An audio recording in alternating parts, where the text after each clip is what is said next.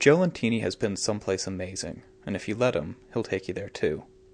As a guide and member of Mountain Rescue Service, Joe spends a lot of time at the top of Mount Washington in the dead of winter, sometimes suffering through the worst weather on Earth. While to many of us, this sounds like a nightmare, and Joe has certainly seen some terrifying things. Living at the roof of the world has also presented him with moments of almost divine beauty. He shares some of these views with Yankee in our January issue. There's a level of beauty that just permeates everything when you're up there during the winter. After so many ascents, the way the clouds come over the mountain and the way you can see storms in a distance, or if you're up early in the morning, you can see the Atlantic Ocean from the top.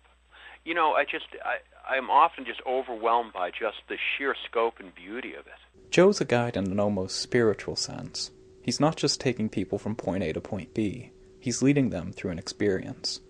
He wants his clients to really connect with the environment around them, and he refuses to guide people he believes to be weekend warriors.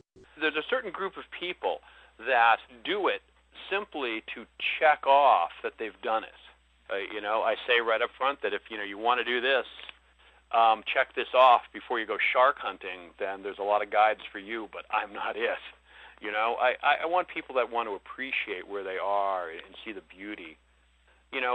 I get calls, not too often, but occasionally from people who say, I want to go up there when the weather's really wild. And it's like, it's funny, because it's like, well, no, you don't. Though not the safest line of work, Joe couldn't imagine doing anything else. In his 33 years as a guide, he's led countless people up Mount Washington, and, if he has his way, he'll lead countless more. A thing that a lot of my clients will say to me is, boy, this must really, bore you, taking people out, up Mount Washington or in basic ice climbing or, taking these inexperienced people up all the time. It's like, well, no, it's the individuals. It's watching the people. It's helping people experience this beauty, this hard work and beauty that, you only get the beauty by working really hard for it. Seeing them appreciate that is just so enjoyable for me.